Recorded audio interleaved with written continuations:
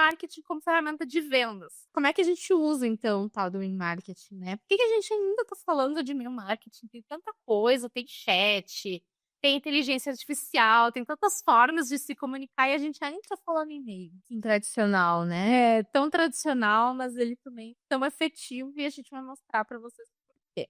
Bom, a gente tem ainda então, ó, por que que a gente fala ainda de e-mail, né, hoje em dia, em 2025, e a gente tem o e-mail como um canal direto de comunicação, né, e a gente tem isso também como uma alta taxa de conversão. Por quê?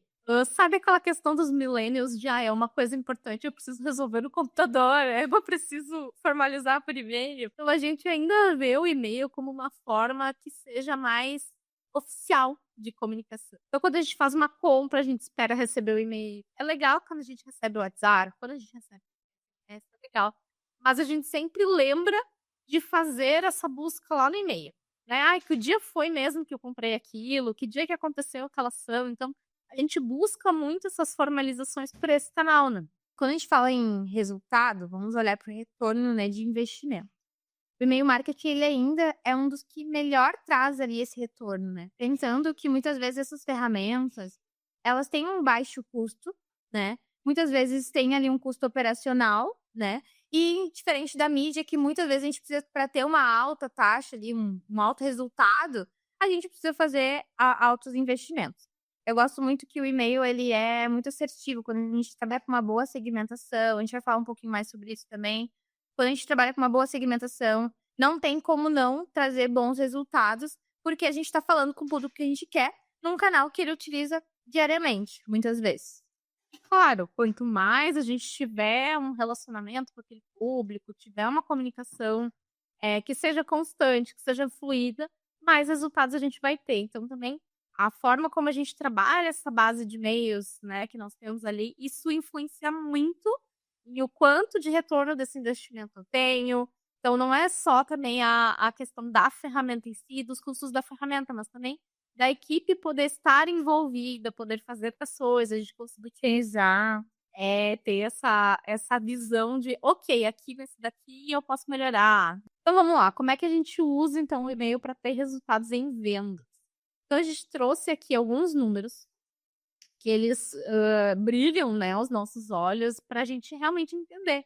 "Ah, mas o e-mail realmente é efetivo? Tem pessoas no mundo, no Brasil, usando essa ferramenta, né? Qual é a taxa de conversão média que eu tenho aqui para eu poder entender o que eu estou fazendo, está de acordo, não está? Se eu vou começar a fazer, qual é a minha meta, digamos assim, né, para chegar numa boa taxa, para chegar num bom lead". E eu gosto muito dessa frase, né, você não depende de algoritmos, e-mail é o seu canal. Então vamos pensar aqui, né, que a gente vai trabalhar com os dados dos nossos usuários, né, então a gente aqui não vai estar dependendo ali do algoritmo, definir qual é o melhor público. Ali a gente vai trabalhar com dados da forma que a gente quer, né, então a gente consegue trabalhar, várias possibilidades de usuários, né, esse 4,3 bilhões de usuários. E é também um dos indícios do porquê a gente tem que olhar para esse canal de uma forma estratégica, né, e olhar com mais carinho, né. A gente estava comentando, né, dessa questão do ROI, do e-mail marketing, então poucos formatos, poucas mídias a gente consegue ter esse retorno. O que também nos coloca em como é importante ter essa base, nutrir essa base e conseguir, utilizar isso realmente de forma recorrente, de forma perene nas nossas ações. Então como é que eu faço para explorar esse potencial, né? Que tipo de ação eu posso fazer de e-mail? Que fase do funil eu posso usar esses e-mails? E aqui é quase que um checklist para vocês também avaliarem, assim. Eu gosto muito de e são várias possibilidades dentro do funil de vendas, né, etapas do funil que a gente trouxe. Então, será que eu tô, dando check em todas essas etapas? Isso é muito importante pra gente olhar o quanto a gente tá trabalhando, né, a gente tá explorando ali o potencial do e-mail marketing, né. Então a gente tá falando aqui de etapa de atração, nutrição, engajamento, oferta, a conversão. A gente tem um funil, a gente tem um fluxo de e-mails para cada etapa desse funil.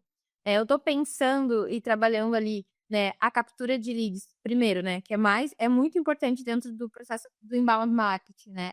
Eu tô criando possibilidades de captura de leads para que, exista essa entrada de contatos ali, para que ele receba esses e-mails e inicie esse relacionamento, né. E aí a parte de nutrição ali, relacionamento e autoridade. Até é bom a gente olhar, inclusive, para o nosso site, né. Tem algum formulário, além do formulário de contato, além do formulário de solicitar, o orçamento, solicitar o serviço, que a pessoa consiga acompanhar a marca. A news, né. Uma news, um material, que tem alguma relação ali com o meu negócio, mas a pessoa ainda não quer comprar, ela quer conhecer um pouco mais antes. Então, cada vez mais a gente tem um comportamento de consumo nesse sentido. Eu não quero comprar, eu não estou decidido ainda, mas eu quero conhecer, eu quero entender como é que funciona essa marca, como eles falam com o público, como funciona o produto, como funciona o serviço. Então a gente poder ter essas possibilidades, ter quase que um experimento antes, né, da compra acontecer, isso nos ajuda muito a construir essa base de contatos. A newsletter também é uma super forma da gente ter um cadastro, da pessoa que não necessariamente se tornará uma venda naquele momento, mas que ela tem ali um interesse, ela quer ter esse acompanhamento. Eu digo que é como se fosse dar oportunidades para o lead converter, né. A gente entrega ali para ele uma página, e aí a gente já vai colocando ali o formulário de fim de funil, né, de compra, por exemplo.